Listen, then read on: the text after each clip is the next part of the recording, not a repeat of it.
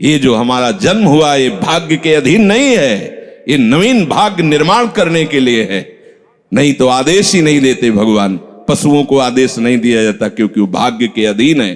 केवल मनुष्य शरीर को आदेश दिया गया है। किसी देवता को भी आदेश नहीं दिया गया कि आप ये करो ये ना करो, क्योंकि वो वही करेंगे जो उनके सुकृत है, उसके अनुसार बस भोग भोगेंगे। आगे कुछ नहीं कर सकते, नवीन कर्म नहीं कर सकते, न नारकी जी कर सकते हैं, न स्वर्ग के कर सकते हैं।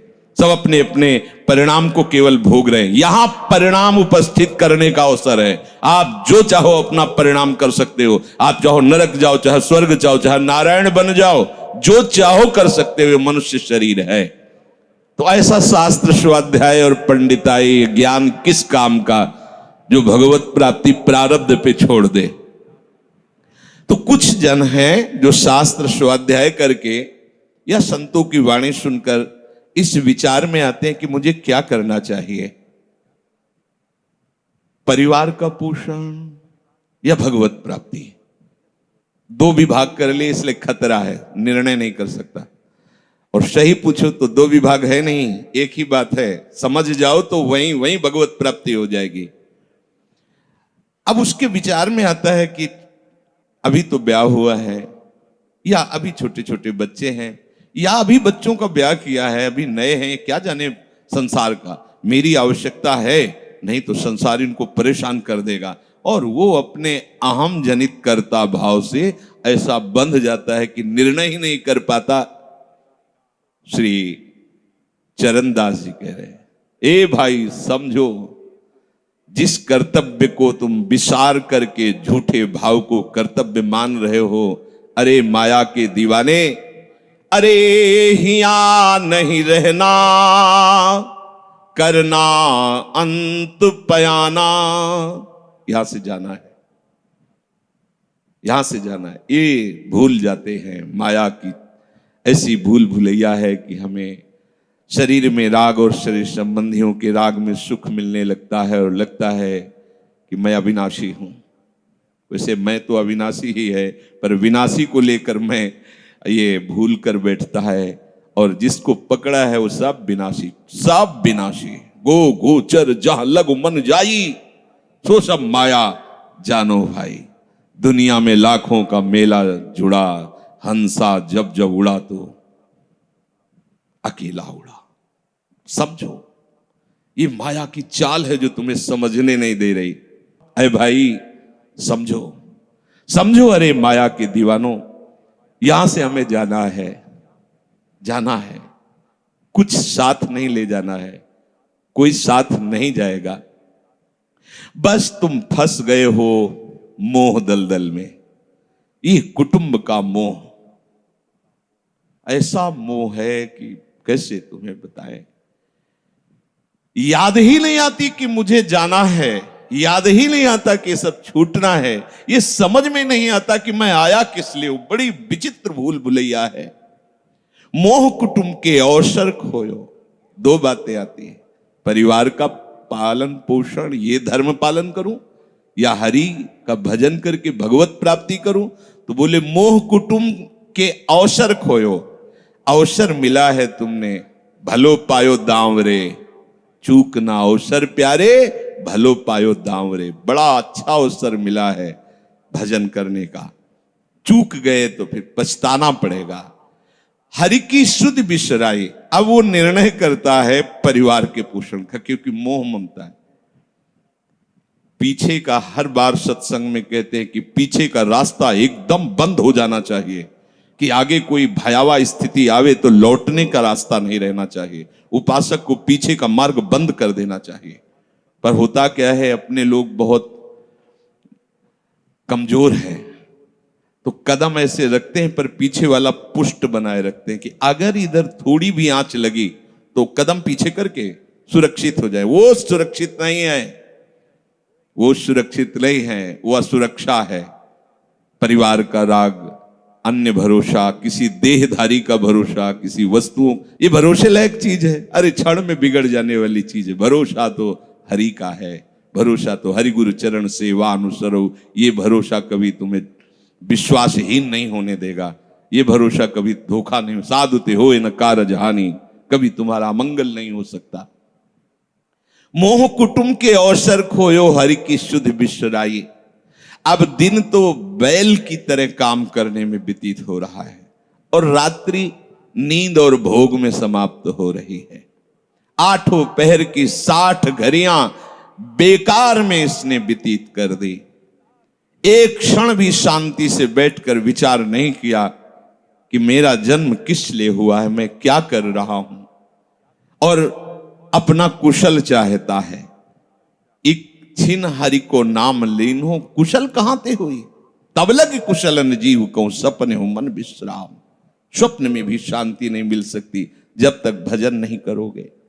बालक अवस्था तो खेल में चली गई, जवानी हुआ तो अहंकार मद छाया, मैं करता मैं भोगता इसमें चली गई। जब वृद्ध आया तो रोग और चिंताओं ने घेर लिया। अब इतना दुखी है कि वो सोच भी नहीं सकता कि मैं इनसे दूर होकर भजन कर लूं। ये जो वो भजन का नाटक होता है, भजन में हम देखते हैं ऐसे ही लगा रहता है, कैसे हो और बढ़िया से, और क्या करें, और मरने का ठौर आ रहा है, और क्या करें, तुम आए हो भजन करने के लिए और में भी फंसे हो, क्या कर दूं, कहां से कैसे व्यवस्था कर दूं। हम ही चला रहे हैं, भले वृंदावन में बैठे परिवार हमारे अनुसार चलेगा, हमारे ही, नहीं तो नष्ट हो जाएंगे।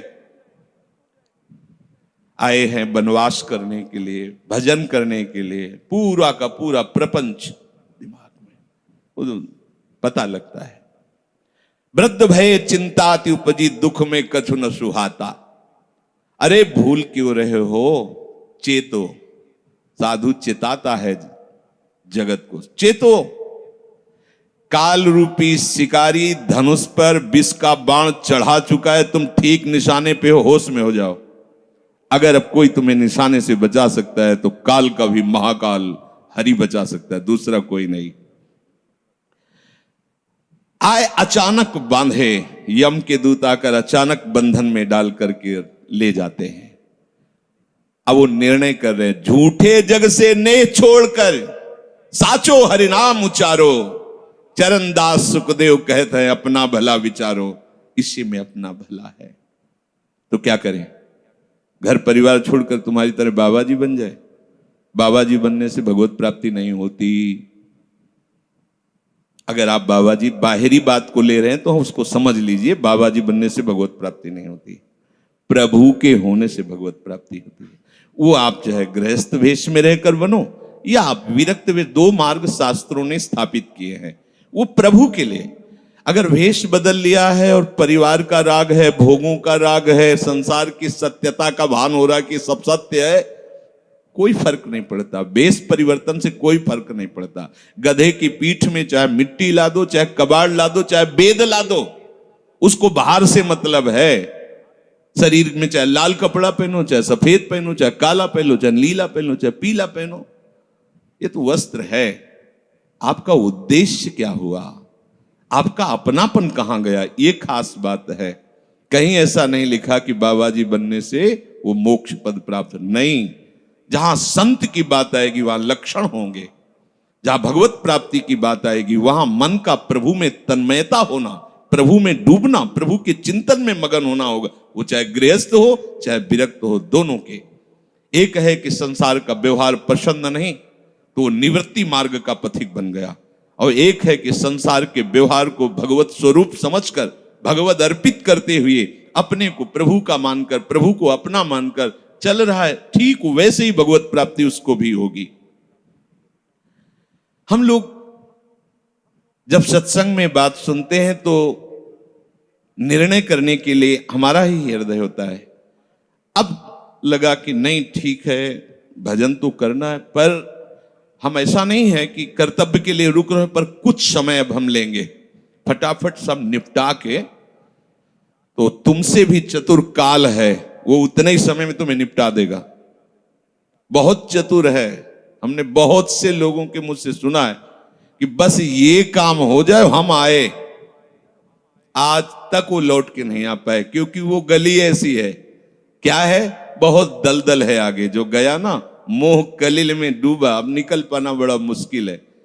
सत्संग में इतना सामर्थ्य है कि अभी आप सुन रहे हो, अभी आपको ऐसे सब ऐसे लगेगा, ऐसे ऐसे निकल जाएंगे, और गेट के बाहर होइएगा, वो हवा लगने दीजिए, तब लगे कैसे निकले। ऐसी प्रचंड माया है। इसीलिए तन ही राख सत्संग में तो मन ही प्रेम रस भेयो, तब मन प्रेम रस में बराबर सत्संग होता रहे, बराबर साधु संग मिले। ऐ साधो, ये तमाशा है, तमाशा बस 2 घड़ी का तमाशा है। यहां जितने इकट्ठे हुए हो ये सब मिल नहीं सकते। माता पिता भाई बंधु सब बिछुड़ते चले जा रहे हैं। जो ही आकर सब इकट्ठे मिले हो, ये कभी इकट्ठे नहीं रह सकते। ये कुछ समय का है। संतों ने इसे 2 घड़ी का है, ऐसे ऐसे व्यतीत हुआ। हम लोग परिवार को अपना मैं मानकर, मेरा मानकर के जो पोषित कर रहे हैं, वो कुछ समय के लिए है। जैसे नाव नदी के ऊपर बाट बटाऊ आए, मिल मिल जुदे होए पल माही आप को जावे। जैसे नदी पार करने के लिए 50 लोग इकट्ठे हुए नाव में बैठे, नाव किनारे पहुंचे, सब अपने अपने मार्ग को चले जाते हैं, कोई किसी का साथ नहीं देता है। ऐसे ही मृत्यु का समय आया, चला आप कितना भी प्यार करो, वो लौट के आपसे पूछने के लिए नहीं आएगा आप कैसे हो। या आपने कितना भी सबके लिए किया है, मोह से युक्त होकर अपना जीवन, विशेष जीवन आपने दे दिया, लेकिन आपकी क्या दुर्गति होगी किसी को कोई परवाह नहीं है। फूंक ताप के 10-5 दिन में वो जो दिन क्रिया हुई, इसके बाद सब मौज मस्ती में होते हैं। कोई तुम्हारा चिंतन, कोई तुम्हारा नाम नहीं लेगा, कोई तुम्हारे लिए आंसू नहीं बहाएगा। वो अगर कोई रोता है तो हमने सुना है कैसे रोता है। आज तक हमने जो कहा वही इन्होंने पूरा किया, मतलब अपनी कामनाओं की पूर्ति के लिए रोता है। अब कौन हमारी बात सुनेगा। तुम कितना हमें चाहते थे, कोई नहीं उतना चाहता। क्या कह के रो रहा है, क्या कह के रो रहा है? अपनी कामनाओं की, स्वार्थ की पूर्ति के लिए रो रहा है, तुम्हारे लिए नहीं रो रहा। वो ये भगवान का बगीचा है संसार, रंग बिरंगे फूल हैं। कुछ तो कली ही मुरझा कर नष्ट हो जाती है, कुछ फूल खिलकर नष्ट हो जाते हैं, कुछ में ऐसी सुगंध आती, थोड़ा सुगंध फैलती, वो भी नष्ट हो जाते हैं। ये बगीचा केवल देखने में सुहावना लगता है बड़ा भयावना। इसमें मृत्यु का तांडव हो रहा है। आप देखो, प्रतिपल मृत्यु भयावा, पर कैसी माया है। सामने वाला पतिंगा जला, फिर भी वो जाके उसी में जलता है। ऐसे फूंक के आ रहे हैं एक को, और उनको ये वैराग्य नहीं हो रहा कि मेरे शरीर की भी यही दशा होनी, मुझे कुछ कर लेना चाहिए। ऐसी कुछ कर लेना चाहिए जिससे हम कालातीत अवस्था को प्राप्त हो जाए। क्यों नहीं कर पाता? दारा सुत संपत्ति को सुख, ज्यों मोती ओस बिलावे, ह्या ही मिले और ह्या ही नासे, ता क्यों पछतावे। अरे भाई, ये पुत्र और परिवार का मिलन और ये सुख ऐसा है जैसे पत्ते में ओस की बूंद, कितने सेकंड में ढल जाएगी कुछ पता नहीं। ऐसे ही ये है। बड़े हर्षित हो रहे हैं, बाजे बजवा रहे हैं, बहुत दिनों बाद लड़का हुआ है, फूले नहीं समा रहे, और काल की अवधि बहुत अलु खत्म। अब वो बूंद जो है पत्ते में गिर गई। अब किस बात को लेकर यहां खुशी मनाई जाए, किस बात को लेकर हम यहां गर्व करें? बहुत सावधानी की जरूरत है। जो यहां मिला वो यहीं छूट जाएगा। आप जब जाओगे तो आपके साथ हरि भजन वो किया नहीं, आपके साथ ही हरि उनको माना नहीं। क्या करो? कुछ दे दे, क्या? सबको सुख देने की भावना, सब में प्रभु की भावना, जो भी तुम्हारे पास मन वचन कर्म से प्राप्त हुआ है वो सबको सुख देने के लिए है। सब में प्रभु है। ये बात समझ में नहीं आएगी, सबको क्यों सुख दें? क्योंकि सुख मिलना है। आप सिद्धांत समझो, आप सबके सुखों को खींच करके उनको दुख देकर सुखी होना चाहते हो, तो वो दुख लौट कर बड़ा भारी रूप रख करके आपको भोगना पड़ेगा। आप दूसरे को सुख दिए तो सुख लौट के बड़ा भारी सुख आपको देगा। ये सिद्धांत समझो ना, पर समझ ठीक है नहीं।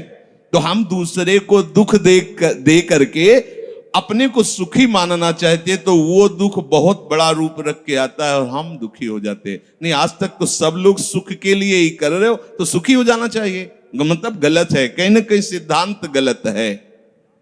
सत्संगति को लाभ बड़ो है, साधु भक्त समझावे, चरण दास ही राम सुमिर ले, गुरु सुखदेव बतावे। चरणदास जी कह रहे तुम्हारा परम हितकारी हरि है, उसी से नेह लगा लो, सदगुरु के वचनों पर विश्वास करो, प्रभु के नाम का निरंतर रटन करो। अब ये बात हमारी समझ में आई सत्संग के द्वारा कि हमारे जीवन के जो दो उद्देश्य बन रहे थे कि एक तो क्या करें, परिवार का पोषण करें या हरि भजन करें, तो दो भाव जो बने थे उनको तो मिटार दो, दो है ही नहीं। घर गृहस्थी में जो है बिल्कुल उसे बंधनकारी मत समझो, प्रभु का सब कुछ मानकर नाम सुमिरन करते हुए जो सेवा करो। अरे बड़ा आनंद आता है। आपको लगता है कि बैठकर भजन होता है, बिल्कुल ये मन की चाल है, नहीं होता। मन को भजन में नहीं लगाओगे तो चाहे पड़े रहो चाहे बैठे रहो, भजन नहीं होने वाला। और अगर भजन में लगाओगे तो फावड़ा चलाते हुए भजन होगा। जब नाम का अभ्यास करना था तो नई अवस्था थी, तो गुरुजन हर समय सेवा में लगाए रहते थे। बड़ी बड़ी पत्थर की शिलियां आश्रम में थी, उठा उठा कर उनको जमा कर खोद के बना बराबर करना, तुलसी का बगीचा लगाना, गेंदे का बगीचा लगाना, और वृक्षों को हैंड पैप से भर भर के पानी 100 बाल्टी खूब सींचना खूब, और उसमें भी नाम स्मरण करना। और जो पूर्व सदगुरुदेव भगवान थे बड़े ही बाहरी कठोर नियम वाले, और उस समय नाम का अभ्यास उसी समय करवाया गुरुदेव भगवान ने। ऐसे नाम पूरे में सोने लगाना, पर गुरुदेव भगवान की कृपा से ये समझ में आया। तो हमें लगता है कि कोई भी काम करते हुए भजन हो सकता है, कोई भी। अरे जब युद्ध हो सकता है तो और क्या बात है। अब बोलो आपका निर्णय कि मैं परमार्थ में जाऊं या व्यवहार ठीक करूं। हम कह रहे हैं वो व्यवहार ही परमार्थ बना लो ना, भागने की जरूरत कहाँ है। और जब आपकी अरुचि बढ़ेगी, वैराग्य बढ़ेगा, तो तुम्हें कोई रोक नहीं पाएगा। वो तो स्थिति आएगी, और अगर स्थिति के लिए बिना तुम भागोगे तो यहां के वही प्रपंच करोगे, यहां भी वही प्रपंच करोगे, भजन नहीं होगा। तो पहले तो साधक को इस बात को लेकर संदेह होता है कि संसार का व्यवहार करना कर्तव्य है या भजन करके भगवत प्राप्ति करना कर्तव्य। अब उसका सत्संग के द्वारा निर्णय होता है, चाहे शास्त्र का चाहे संतों का, कि नहीं नहीं मुझे तो इस जन्म में भगवत प्राप्ति करनी है। संसार के इन सब कार्यों को तो बहुत जन्मों में किया है, अब इस जन्म में भगवत प्राप्ति करनी है। ऐसा निर्णय सत्संग से होता है। जब ऐसा निर्णय हुआ तो भोग उसे कड़वे लगने लगे। ये शरीर का विलास, इंद्रियों का विलास उसको एक दुखद लगने है, कैसे कैसे छोड़ूं, कैसे हटूं। अब उसी को वैराग्य कहते हैं। अब उसके अंदर वैराग्य बढ़ने लगा। जब वैराग्य बढ़ने लगा तो वो प्रभु की तरफ चलने के लिए उतावला हुआ। अब उसके सामने प्रभु की तरफ चलने के लिए जो बताने वाले वो शास्त्र हैं और वो संत जन हैं। अब इतने संत जन हैं कि उनकी सबकी अलग अलग साधना है, अलग अलग उपासना है। इतने शास्त्र हैं कि उनकी अलग अलग धाराएं हैं, और बिना इसके कल्याण नहीं होगा। सब कोई कहता है हमारा मार्ग ठीक है, सब सिद्धांत कहते हैं इससे भगवत प्राप्ति, इससे भगवत प्राप्ति, इससे ऐसा, इससे। वो साधक फंस जाता है कि चलूं तो किस में चलूं। उसके सामने साध्य और साधन विषयक तरह तरह के भेद साधकों के द्वारा, संतों के द्वारा, भक्तों के द्वारा डाले जाते हैं सामने। फिर शास्त्र को पढ़ता तो बहुत सी बातें शास्त्र में निकलती हैं। अब वो बेचारा परेशान हो जाता है कि अब मैं क्या करूं। संसार का तो सत्संग के द्वारा समझ लिया कि ये ठीक नहीं, मुझे भगवत प्राप्ति, पर कैसे भगवत प्राप्ति करूं। अब इसका निर्णय करना उस नवीन साधक के लिए बहुत कठिन होता है। परंतु भगवत कृपा का वो जिसने आश्रय ले लिया वो यहां टिकता नहीं है इस संशय में। परमार्थ भगवत कृपा से पुष्ट होता है। सबसे पहले प्रभु हरि को गुरु बनाना चाहिए। वही सबके गुरु हैं। जब हम घर से निकलने की सोच रहे हैं उस समय वो सोच भी गुरु दे रहा है, वो हरि गुरु उस समय सोच भी दे रहा है वही। तो जब हमारी ऐसी स्थिति आती है कि हम निर्णय नहीं कर पाते तो अंदर से प्रभु को पुकारना चाहिए, हे गुरुदेव हरि, आप प्रकट रूप में मिलो और मेरा समाधान करो। अब जो ही वो अंदर से ऐसी दशा में प्रभु की शरण होकर के पुकारता है तो भगवत कृपा उसे सदगुरुदेव के रूप में प्राप्त हो जाती है। ये ओहो, जो मैं खोज रहा था वो मिल गया। वो अंदर से भगवान उसको वहां पहुंचा देते हैं, वो बात सुनवा देते हैं, वो संयोग बैठाल देते हैं, जिससे उसके सारे संशय नष्ट हो जाते हैं। अब वो संपूर्ण शास्त्र और संपूर्ण संतों के मत को प्रणाम करके अपने गुरुदेव की आज्ञा पर चलने लगता है। अलग अलग वर्णन है संप्रदायों के सिद्धांत, अलग अलग शास्त्रों की युक्तियां वर्णन है। हम कितनी युक्तियां कितनी चलेंगे तो एक युक्ति में ही। तो इतनी बात समझ लेना है कि हम प्रभु के अंश हैं, इसमें किसी भी संप्रदाय का कोई कटाक्ष नहीं। जीव प्रभु का अंश है, इसमें किसी भी संप्रदाय की कोई टिप्पणी नहीं है ना, ठीक है। दूसरी बात, संसार भगवान की माया है, सब संप्रदाय है ना, तो इस माया को त्यागना है। बात समझ में आ गई। तीसरी बात है भगवत प्राप्ति करनी है।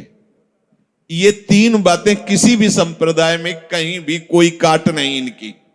हम प्रभु के अंश हैं, ये संसार माया के द्वारा रचित है, संसार का, संसार के भोगों का त्याग करने वाला ही भगवत प्राप्ति की योग्य होता है। भगवत प्राप्ति करना हर संप्रदाय का लक्ष्य है, चाहे उपासना कुछ भी हो। संसार का त्यागना हर संप्रदाय का लक्ष्य है। कोई भी आप शास्त्र सिद्धांत या संप्रदाय देखिए, संसार के भोगों का, संसार की आसक्ति का त्याग, और हम प्रभु के हैं, ये सिद्ध बात है। किसी भी संप्रदाय में हो, जीव भगवान का अंश है, ये निश्चित बात है। तो ऐसा निर्णय गुरुदेव की कृपा से स्वाभाविक हो जाता है कि अब सब सिद्धांतों को भले सुन लें, लेकिन हमें चलना का हमें पता है। हमारे गुरुदेव ने हमें बता दिया है, हमारे माई श्यामाजू को राज, हमें चलना है। राहो को काहू मनई दिए, पर मेरे प्राणनाथ श्री श्यामा शपथ करो तृण छिए, मन क्रम वचन त्रिशुद्ध सकल मत, हम श्री हित हरिवंश उपासी, हा हरि रा राधा वा वृंदावन सा सहचरी। साधक की बुद्धि गुरुदेव के प्रताप से उपासना में निश्चल हो जाती है। एक एक बात को समझिए। प्रभु कह रहे जिस काल में शास्त्रीय मत भेदों से विचलित हुई तेरी बुद्धि निश्चल हो जाएगी, परमात्मा में अचल हो जाएगी, उसी काल तू योग को प्राप्त हो जाएगा। कैसे होगी निश्चल? अगर हम शास्त्रों में भटकते रहो, कई बार समझने के बाद भी ये निश्चय होता था कि ये आश्रय ठीक है या अहम ठीक है। क्योंकि जब एकोहम बहुश्यामा वही ब्रह्म बहुत रूप, मैं भी तो ब्रह्म हूं ना। मैं भ्रम से अपने को अंश मान रहा हूं, भ्रम से अपने को जीव मान रहा हूं, भ्रम से अपने को शरीर मान रहा हूं, वही हूं। सेवक से विभाव बिन भव न तरी उर्गारी। काकभूषण जी कह रहे बिना सेवक और स्वामी के भाव के संसार से तरा नहीं जा सकता। एक में है सेवक स्वामी भाव के बिना नहीं तरा जा सकता, और एक है कि जब तक सेवक स्वामी भाव भेद है तब तक अविद्या है, अविद्या है तो मोक्ष नहीं। बड़ा झंझट है, बड़ी समस्या है। उसका समाधान केवल गुरुदेव के वचन से होता है। मोक्ष मूलम गुरु कृपा, वो बता दी ऐसे चलो, बस दूसरे के लिए सुनना। दूसरा कोई गलत नहीं है। बहुत से मार्ग हैं, बहुत से संप्रदाय हैं, बहुत से सिद्धांत है। हम सब संप्रदाय, सब सिद्धांत, सब मार्गों को एक साथ नहीं निर्वाह कर सकते। एक मार्ग में चलेंगे तो जो हमें गुरुदेव मिले भगवत प्रेरणा से, उनके द्वारा बताई हुई साधन पद्धति में अपनी बुद्धि निश्चल कर दे। निश्चल कोटि जन्म लग रगर हमारी, बरऊ शंभुनता राहु कुमारी, इसे निश्चलता कहते हैं, इसे अटल कहते हैं। चाहे जितनी परीक्षा ले लो, चाहे जैसा दुख दे दो, चाहे जैसा प्रलोभन दे दो, लेकिन अब अपने प्रियाजू के गोरे चरणार बिंदु के सिवा अन्य आश्रय नहीं ले सकते। ये अचल बुद्धि हो गई। साधक की बुद्धि निश्चल हो जाती है कि अब तो मुझे केवल प्रिया प्रीतम का नाम रटना है, प्रिया प्रीतम की सेवा करनी, प्रिया प्रीतम के भरोसे में रहना और प्रिया प्रीतम के पास ही जाना है। ये निश्चय लगभग लगभग ऐसा तो हो गया होगा, क्योंकि सत्संग सुन रहे हैं बहुत काल से। कई बार सत्संग में कहा चित्त का समाधान हो जाना ही उपासना की परिपक्वता है। यदि आपसे कोई प्रश्न करे कि आपका उपासना का स्वरूप क्या है, तो श्री राधाजुग चरण निवास, बस आगे कुछ है ही नहीं।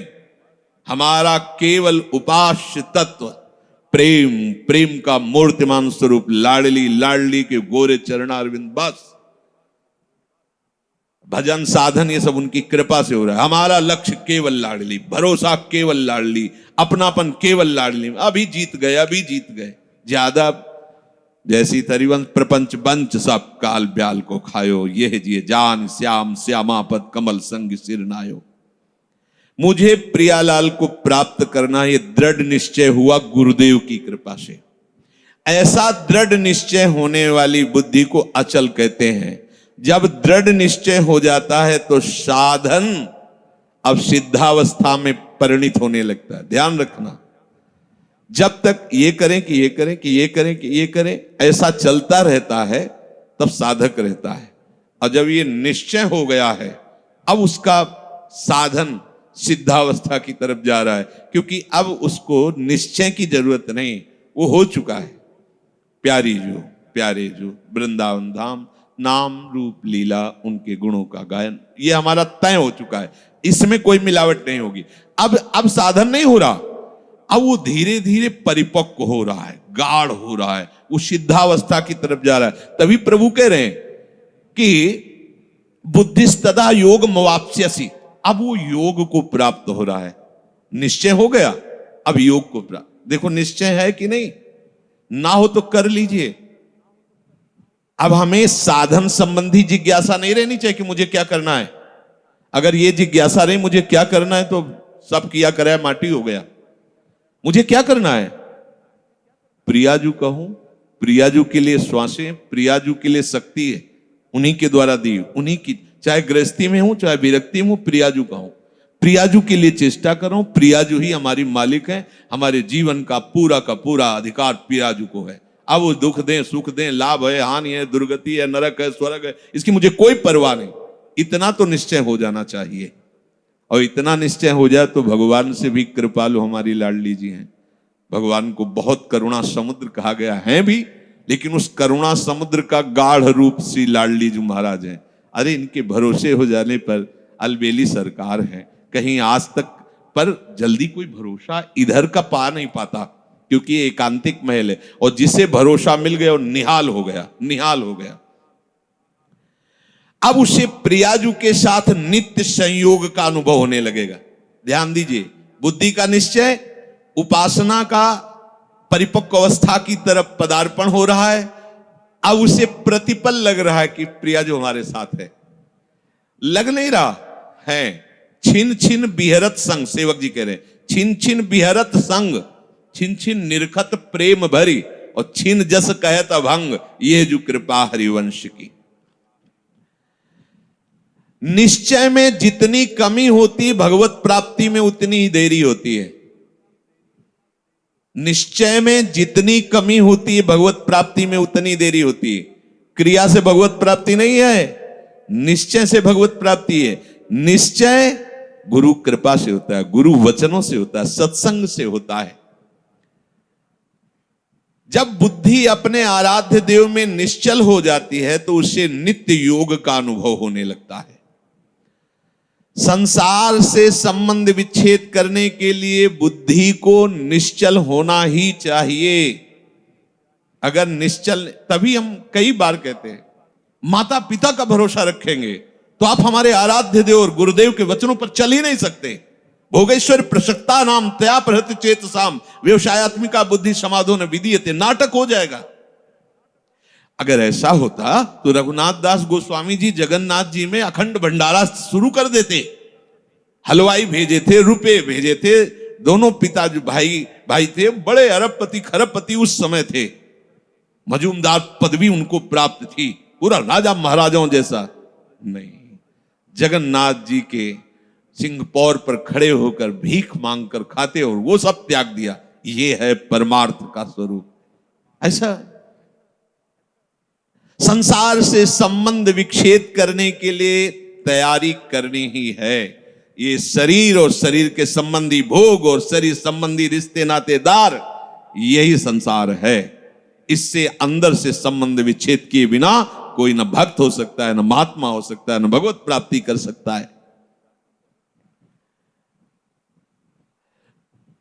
जो प्रभु से बिछुड़ा हुआ बहुत जन्मों से है और संसार से अपनापन किए हुए है, अब बिना ये अपनापन संसार से हटाए प्रभु से योग हो ही नहीं सकता। चाहे जिससे आशीर्वाद मांग लो, चाहे जिससे आप जाकर के कहो कि हमें हाथ रख दो। लोग ऐसे बावरे हाथ पैर रखने से कुछ होता है क्या? कुछ नहीं होता। बड़े बड़े सिद्ध महापुरुषों के दर्शन हुए जो ब्रह्माकार वृत्ति में, उनके जब वचन सुने तो केवल साधन पक्ष की बात की है। आप अपने भजन पर अधिकार रखो, केवल आप अपने संयम नियम पर अधिकार रखो, अपनापन प्रभु से रखो। बस यही आशीर्वाद है कि तुम्हारा साधन बन जाए, तुम्हारा उपासना में मन लग जाए, ये आशीर्वाद है। अगर इसमें नहीं लगा तो कोई आशीर्वाद फलीभूत नहीं होगा। ये सब भ्रम की बातें छोड़ दो। नौटंकी नाटक अलग चीज है। ये ले उसे संतरा और हाथ सहला दिया और लिफाफा रख दिया, ये नाटक तो बहुत बढ़िया हो सकता है, लेकिन ये आशीर्वाद मत समझना। तुम्हारी भजन में रुचि हो जाए, तुम्हारी विषयों में अरुचि होकर संयम नियम पूर्वक प्रभु आराधना में मन लगने लगे, ये संत का आशीर्वाद फलीभूत हो गया। जो आपने शरीर और शरीर के संबंधियों पदार्थों में अपनापन कर लिया, ये भूल त्यागे बिना तुम्हारा योग हो ही नहीं सकता। कितनी बढ़िया बात, बड़ी अमृतमयी बात है।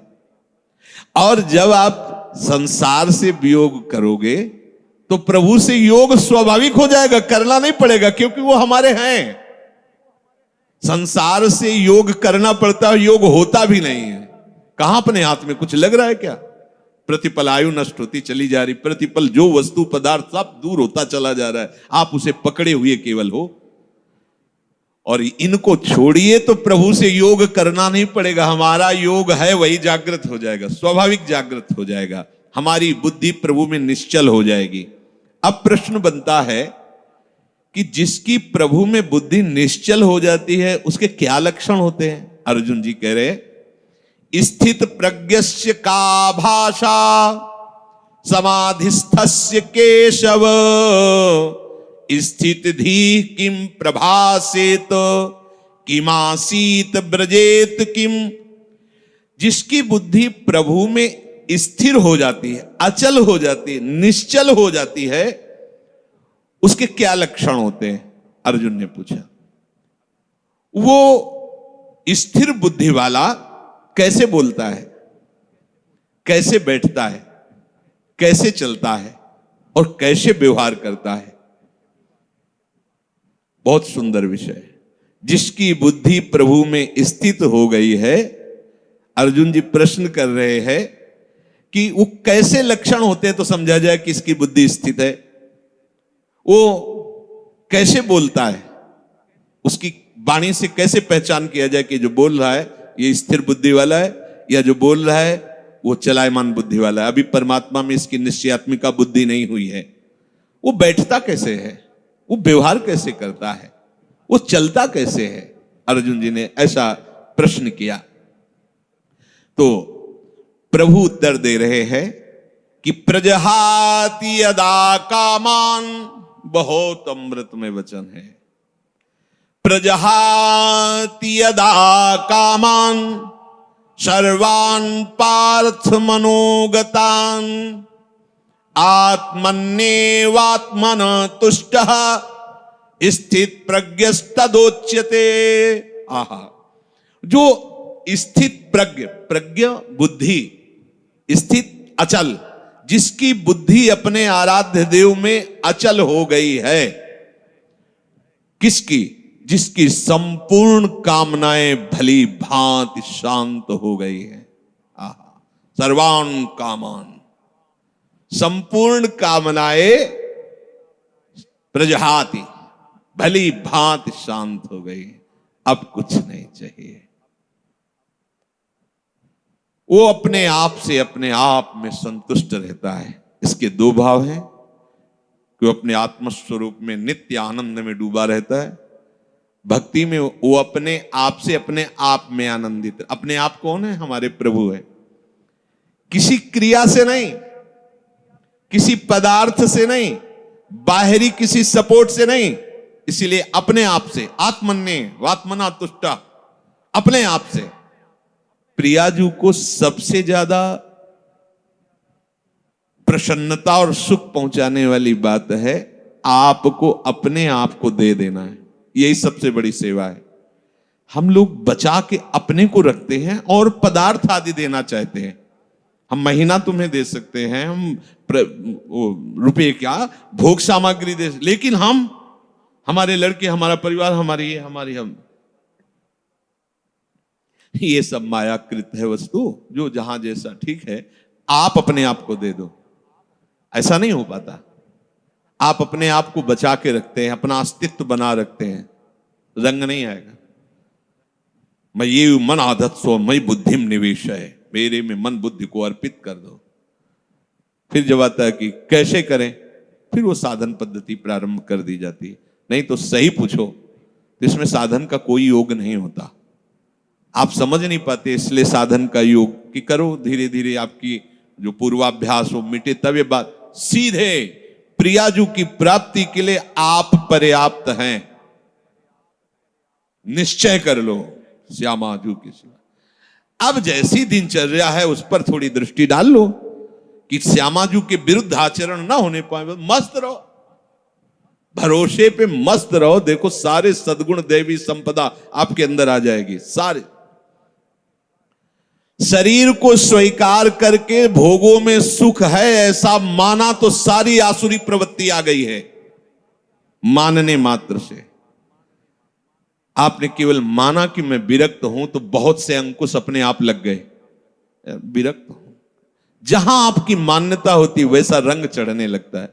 मैं प्रियाजू का हूं, प्रियाजू मेरी हैं, ऐसी मान्यता से सारे भागवतिक सद्गुण आ जाएंगे जो महात्मा में होते हैं, जो रसिकों में होते हैं, जो भगवत प्रेमियों में होते हैं।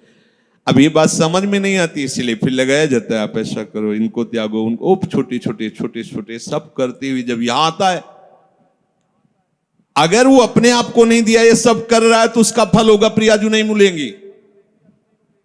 अपने आप को कर तो अभी से समझ लो, अभी से आपको प्रियाजू मिलेंगे, अपने आप को समर्पित। पर समर्पित का कोई अस्तित्व नहीं होता। जैसी रूपलाल हित हाथ बिकानी, निधि पाई मन मानी। अब ये समझ पाओ तो समझ पाओ, नहीं तो फिर साधन में लगो धीरे धीरे। जब साधन में लगते जाओगे तो अभी क्या है, इतनी बहिर्मुखता है कि फिर क्रियाओं को, फिर क्रिया जिनसे होती है उन करणों को जब हम धीरे धीरे उधर मोड़ने लगते हैं, तो चूंकि इन्हीं के पीछे हम चल रहे थे, यद्यपि उल्टा है बात, इन्हीं के पीछे चल रहे थे, इसलिए धीरे धीरे लगने लगता है मैं प्रियाजू का हूं। ये बहुत लंबा सफर है। अगर आप स्वीकार कर ले मैं प्रियाजू को, तो आपके करण और आपकी चेष्टाएं सब अभी इसी क्षण से प्रियाजू को समर्पित होने लगेंगी। वो समझ नहीं आती, क्योंकि बहुत समय से अपनापन शरीर और शरीर संबंधी भोगों और शरीर संबंधी रिश्ते नातों में, इसलिए कहने का होता है अरे नहीं अब तो हमारे माता पिता आप ही हो। अब तो जब अवसर आता है तो माता पिता के पास होते हैं, एक भी बात गुरु की नहीं माननी, एक भी बात शास्त्र की नहीं। ये कहने सुनने से कोई बात नहीं बनती, स्वीकृति से होता है। यहां प्रभु कह रहे हैं प्रजहात यदा कामान सर्वान पार्थ मनोगतान।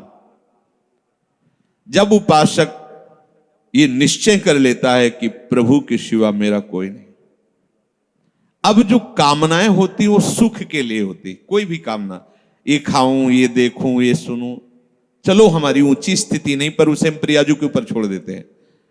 अगर हमें हलवा मिलना है पाने को, तो तुम ना करो, तुमको वही पाना पड़ेगा। जिधर भी जाओगे हलवा मिलेगा, क्योंकि तुम्हें पाना है प्रियाजू को। और नहीं पाना है तो चिंतन ही करते रहो, मिलना नहीं है।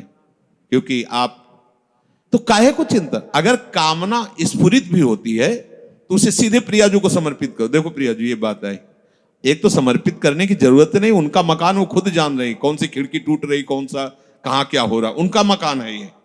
बिल्कुल सीधे समझो, जब मकान नाम में कर दिया तो उसकी छिपकली भी उसी में हो गई, जाला भी हो गया, मकरी भी हो गई, और उसकी जो गंदगी वो भी उन्हीं के नाम हो गई।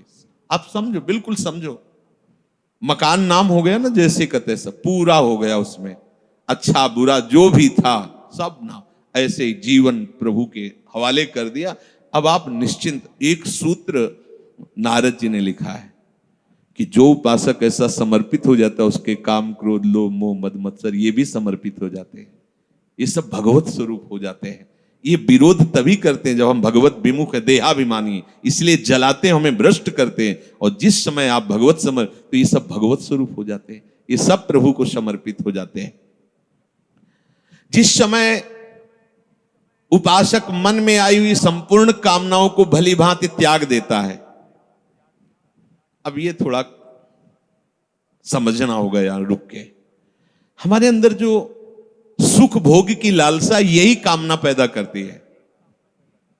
हम कहते हैं ठीक है तुम्हें कोई ज्ञान नहीं, पर एक पर विश्वास कर लिया, जिसे मान लो आप यहां अधीन हो गए राधा केली कुंज में स्वामी जी के, तो अब तुम्हें इच्छा करने की क्या जरूरत है कि हमको ये भोजन में मिले, क्योंकि तुम थोड़ी, अब तो जो श्री जी का भोग लगेगा वो आपको मिलेगा। तो अगर आपके अंदर आता भी है अज्ञान के कारण, यद्यपि आपको जरूरत नहीं किसी भी भोग की, आप बहुत सुख स्वरूप हैं, किसी भी भोग से आपको सुख नहीं मिला है, न मिलेगा और न है।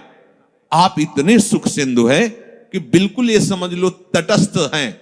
जैसे प्रभु सुख राशि, ऐसे आप भी सुख राशि। ईश्वरंश जीव अविनाशी, चेतन अमल सहज सुख राशि।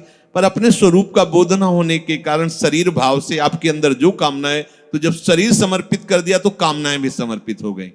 अब आपको चाहिए कि धैर्य पूर्वक ये देखो कि हमारे अंदर जो कामनाएं हो रही हैं वो विषय सेवन के लिए हो रही हैं।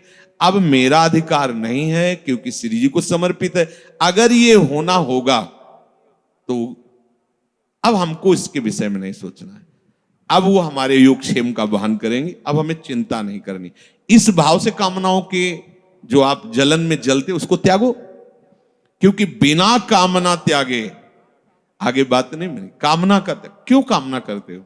सच्ची मानिए, जैसे बिना कामना के तुम्हें दुख भोगना पड़ता है, ऐसे बिना कामना के सुख भोगना पड़ेगा। अच्छा, ये तो कर्म की बात कही, लेकिन हम कर्म के आश्रय में थोड़ी, प्रियाजू के आश्रय। अब जिससे आपका मंगल होगा वही वस्तु व्यक्ति स्थान आपके संयोग में आने देंगी, नहीं आने देंगी। आप बेपरवाह हो जाओ, एकदम ऐसे हो जाओ, हम तो बहुत नीच है, हम तो कामी हैं, हम तो ये हैं वो, तो नामे क्या किया है तुमने? गुरु के सन्मुख होकर के रजिस्ट्री किसकी की थी? किसकी रजिस्ट्री की थी? धोखा क्यों? प्रभु से धोखा क्यों? तनुवांग मनोभिर, शरीर मन वाणी लिखित, हे गुरुदेव। ये शरणागति का मतलब क्या होता है? हे गुरुदेव, जैसे जज के सामने नहीं कि हम अपनी संपत्ति इनको ट्रांसफर करते हैं, तो हे गुरुदेव, आपने जो परिचय बताया प्रिया प्रीतम का, आपने जो नाम दिया, आपने जो मंत्र दिया, आप तन मन वाणी सब आराध्य देव के चरणों में समर्पित है। अब बोलो, आपका बोलने का क्या अधिकार?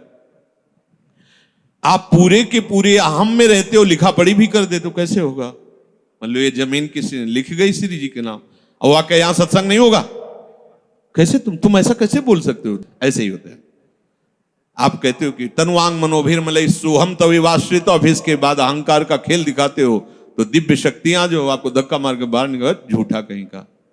नहीं तो भगवत प्राप्ति हो गई है, किसी साधन से नहीं, श्री जी के नाम में कर दिया। श्री जी के नाम में कर दो ना, अंदर की बात है, किसी को बाहर थोड़ी बताने की बात। अब आप अभी निश्चिंत हो गए, जब पवाएंगे पालेंगे, जब सुलाएंगे सो जाएंगे, जब जगाएंगे जग गए, जब जो सेवा करवा रहे हो सेवा हो रहे, नहीं हो रहा तो हमारी भगवत प्राप्ति है। क्योंकि हम जितने बूढ़े शरीर वाले हो चाहे जवान शरीर वाले हो, क्रियापरायण हो चाहे निष्क्रिय हो, हम अपने आप को श्री जी के हवाले कर दिया है। कामी है, क्रोधी है, लोभी है, मलिन है, जैसे भी है, जैसे पूरा का पूरा मकान आपके नाम। अब बेपरवाह हो जाओ, पर करते नहीं हो इसीलिए बेपरवाह नहीं हो। अगर कर दो तो अभी नाच पड़ोगे, बाजी जीत। तभी तो बलिहारी गुरु चरणों की होती है, ऐसे थोड़ी बलिहारी। इतना बड़ा समस्या ऐसे मिटा दिया, बलिहारी बलिहारी बलिहारी हृदय में बार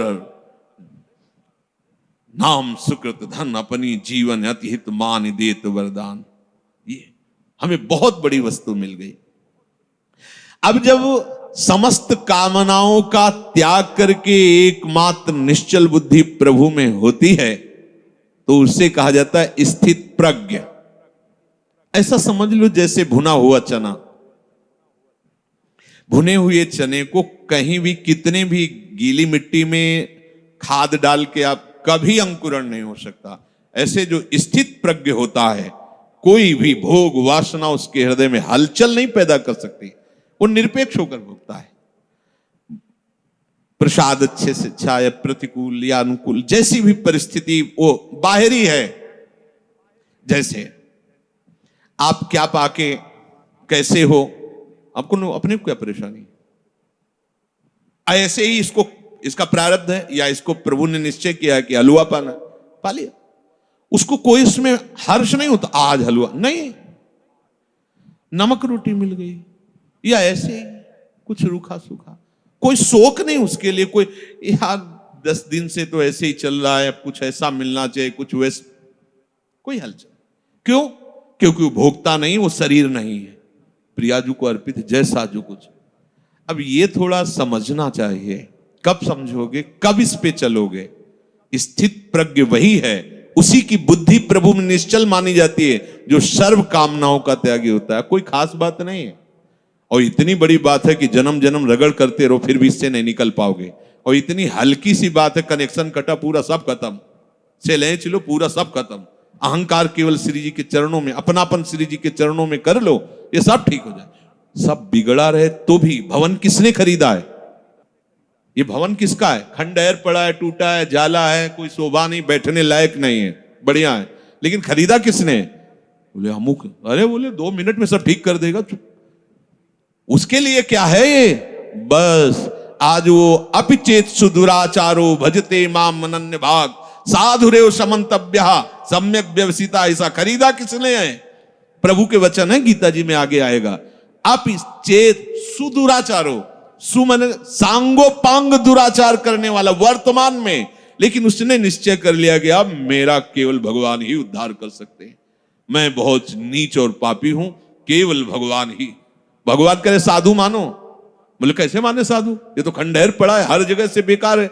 बोले हम बनवा देंगे, हम बनवा देंगे। अच्छा, उनके बनवाने में ईंट गारा की जरूरत नहीं, दृष्टि में बदल जाएगा। मैं बनाऊंगा साधु से, करो सत्य ते साधु, सब ठेका ले लिया, अब बात बन गई। बिल्कुल सहज सरल बात तुम्हें बता रहे हैं। भगवत प्राप्ति करने के लिए अपने आप को जैसे हो वैसे के वैसे प्रभु के चरणों में लिखित दे दो। कहां से लिखित? हृदय से। अब आपका प्रश्न उत्तर नहीं बनता है, आप अंदर से शांति से बैठकर, ब्रह्म मुहूर्त का समय है, मेरे बनाए ना बनेगी कोटि कल्प लो। हे प्रिया, आप तो जान रही है, हमारी दशा देख रही, बस मैं जैसा हूं, जैसा मेरा तन है, जैसा मेरा मन है, जैसी मेरी चेष्टा है, जैसा मेरा स्वभाव है, मैं पूरा का पूरा अपने आप को आपके चरणों में समर्पित करता हूं। ठीक है, अब अगर बिल्डिंग की खिड़की तोड़ी जाती है, नई खिड़की लगानी, तो तुम्हें परेशानी क्या है? समझ रहे हो? यहां ऑपरेशन होना है, यहां परेशानी है, ये रोग है, ये इन्फेक्शन है। अब आपका प्रश्न कैसे बनता है? अगर आप कह रहे हो कि प्रियाजू तो सर्व सामर्थ्यशाली, हमारा ये ठीक हो जाना चाहिए, ए धोखेबाज, तुम्हारा क्या ठीक हो जाना चाहिए? तुमने तो नाम कर दिया था प्रियाजू के। आप सोचो कितने हम लोग बेईमान, प्रभु से बेईमानी करते हैं। उन्हीं की वस्तु है, अपनी मान ली, इस भूल मिटाने का परिणाम होगा परमानंद। भूल जो तुमने कर ली, वैसे तो दंड मिलना चाहिए, प्रभु की वस्तु पर अपना अधिकार, अपना स्वामित्व कर रहे हैं, चलो, पर भूल मिटा दी तो उसका परिणाम होगा परमानंद। अब आपका प्रश्न नहीं बनता। अभी तक तो 10 वर्ष हो गए, दृश्य नहीं बदला, कोई चमत्कार नहीं, कोई सिद्धि नहीं, वो वही मन में जलन। हमें भैया क्या मतलब, हमने तो नामे कर दिया है। बार बार यही सोचो, हमने अपने आप को प्रभु के चरणों में समर्पित, बहुत बड़ी बात है ये, आखिरी बात है ये। संभाल करके वहां पहुंचा पाना हमारे बस की बात नहीं। मेढकों का तौलना है, 2 रखो तराजू पे तो 4 छलांग लगाते, 4 रखो तो पूरे के तनवांग मनोभिर्मलई सोहम तवै वाश्रिता। समस्त कामना रहते हुए भी वो भगवत प्राप्ति के योग्य हो जाएगा। ये हम आपको बात बता रहे हैं। समस्त कामना रहते हुए भी वो बहुत कृपालु है। 1 सेकंड से कम हिस्से में वो हमारी बात बना देंगे, 1 सेकंड के कम हिस्से, क्योंकि इसका राग ही केवल कामना है। बस आप समझ लो, ये राग थोड़ा सा मुड़ा प्रियाजू के चरणों की तरफ, कामनाएं अपने आप शांत हो जाएंगी। और आप चाहो तो जब से सृष्टि हुई कि आज तक कोई भी कामना हमें छोड़ नहीं पाई, ना हम कामनाओं को छोड़ पाए। सब स्टॉक लगा हुआ है, हम कब तक निकल पाएंगे? जब देखो तब कोई न कोई वासना, कामना, सब ज्ञान विज्ञान की बातें होती, पर वो कामना वासना। तो एक उपाय बहुत बढ़िया मिला, ये आत्मसमर्पण। अंदर से बिल्कुल सीधी भाषा में आज ही रजिस्ट्रार के पास जाके पूरी की पूरी वैभव संपत्ति इनके नाम करवा देते हैं। यहाँ के रजिस्ट्रार हैं रसिक जन, और यहाँ की संपत्ति है एक एक श्वास प्रियाजू के चरणों। अब हमारा अधिकार नहीं, चाहे नरक भेजो चाहे स्वर्ग भेजो, पर इस बात को पकड़ो तब होगा, नहीं तो अभी बात ये होती थोड़ी देर में इतने प्रश्न के चिट्ठे आ जाएंगे। अब जब प्रश्न आ गए तो करता आ गया ना, करता आ गया तो फिर करो ऐसा। कोई प्रश्न, कोई आपका प्रश्न, कोई प्रश्न नहीं। क्यों? अब क्या हम किसी लायक नहीं, कुछ कर सकते नहीं, अब तो हम प्रियाजू के जैसे हैं। जैसे ऐसा परिवर्तन होता चला जाएगा, इस बात में बड़ी दम है। पर ये हम बात ऊपर से बोलते, अंदर से हम अहम की दशा में, भोगों में विचरण करते हैं, तभी सब गलत हो जाता है, तभी गलत हो जाता है। अगर आप अपने आप को प्रभु के चरणों में समर्पित कर दें तो चाहे गृहस्थ हो चाहे विरक्त हो, वो प्रभु की सामग्री है।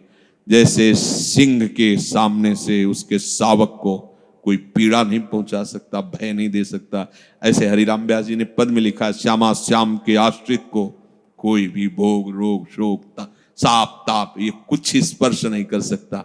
हाँ, शरीर में होगा, लेकिन प्रियाजू ऐसी ऊंचाई पे बैठाल देंगी कि ये सब साप ताप राग रोग शोक आदि स्पर्श ही नहीं करेंगे। वो अपने आप में संतुष्ट रहता है, प्रभु के विधान में संतुष्ट रहता है। अब हम सब प्रभु के विधान के, हम क्यों नहीं देखते प्रभु के विधान को? हम क्यों मांगे फैला रहे हैं? हम क्यों अपनी बातें रख रहे हैं? हमारी यही समझ में नहीं आता। अब तो मौन होने का अवसर है, कुछ बोलने का अवसर नहीं, ना प्रार्थना करने की जरूरत है। ये मकान हमारे नाम करवा दिया तो अब रोज आके प्रार्थना करने की, देखो ये जाला नहीं लगना चाहिए, देखो इसकी खिड़की सुरक्षित रखना, दबका के भगा दिया जाएगा। अब तेरे को क्या मतलब, मैं इसमें जाला ही फैला दूं, तेरे को क्या मतलब? ऐसे ही अब हमें प्रार्थना की भी जरूरत नहीं। प्रभु इज्जत रखना, प्रभु स्वस्थ रखना, प्रभु हमारा कल्याण कर मत करो, हमारा कुछ है ही नहीं। अब आपकी इज्जत की बात है, अब आप अपनी शान बान को देखिए। हमारी तो जो थी वो आप में समर्पित हुआ, अब आप देख ली। अरे बड़ी मस्ती अभी, तभी तो कह रहे बिगड़ी जन्म अनेक की अब वही सुधे। आपको समझ में नहीं आ रहा, कह देंगे हाँ अभी मैंने कह दिया श्यामा से, और 2 मिनट बाद बात करेंगे तो देखो बुद्धि कहां स्थित है, केवल अहंकार में, देहाभिमान में। किसी ने कहा कि आपके स्वास्थ्य के लिए 1 माला रोज जप करते हैं, शेष माला अपने लिए जप करते हैं। गलत। आपका अस्तित्व क्या रह गया है? आप हो क्या? अब आप तो केवल गुरु के हाथ के खिलौने हो, यंत्र हो, श्री जी के हाथ के यंत्र हो। अब जो हो रहा है वो सब श्री जी करवा रहे, जो हो रहा है वो सब श्री जी के लिए हो रहा है। हम आपके लिए 1 माला करते हैं, बहुत ही अज्ञान की बात है। हमारा अस्तित्व क्या रह गया है? हमारा जीवन, हमारा भजन, हमारा सब कुछ हरि गुरु के लिए है। जब ये भावना आ जाएगी तो उसी से हरि गुरु आपके हो गए, इससे नहीं। ये भावना जब आ गई उसी से हरि गुरु आ। बड़ा मस्ती का मार्ग है। छोड़ो, बस छोड़ो, तुम्हारे बस की बात नहीं है। जिनके बस की बात है उनके हवाले अपने आप को कर दो अंदर से। और जब कभी तुम्हें मन भय दिखावे, परेशानी दिखावे, द्वंद्व दिखावे, तो उसी समय उनसे बात करो ना। मैंने तो उनके नाम कर दिया, उनसे बात, मन से कहो उनसे बात करो। हम क्या करें, हम तो बिक गए, रूपलाल हित हाथ बिकाने, बिक गए लाडली जू के चरणों। अब हम ज्ञान विज्ञान से समझावें तो आपके समझ में समझा तो रहे पीछे से। स्थूल है, सूक्ष्म है, कारण है, ये तुम नहीं हो, तुम आत्म स्वरूप हो। अपने स्वरूप में आओगे तो तुम्हारे अंदर कोई कामना है ही नहीं। अब अपना स्वरूप शीशा में देखते तो ये नजर आता है, क्या समझ में भैया, जो कुछ है स्थूल सूक्ष्म कारण और मैं, सब कुछ श्री जी, जो हमें पता नहीं क्या है क्या कैसा है, वो सब श्री जी के हवाले। बात सुधर गई, इससे बहुत जल्दी बात सुधर जाएगी। शेष चर्चा आगे। श्री राधा वल्लभ।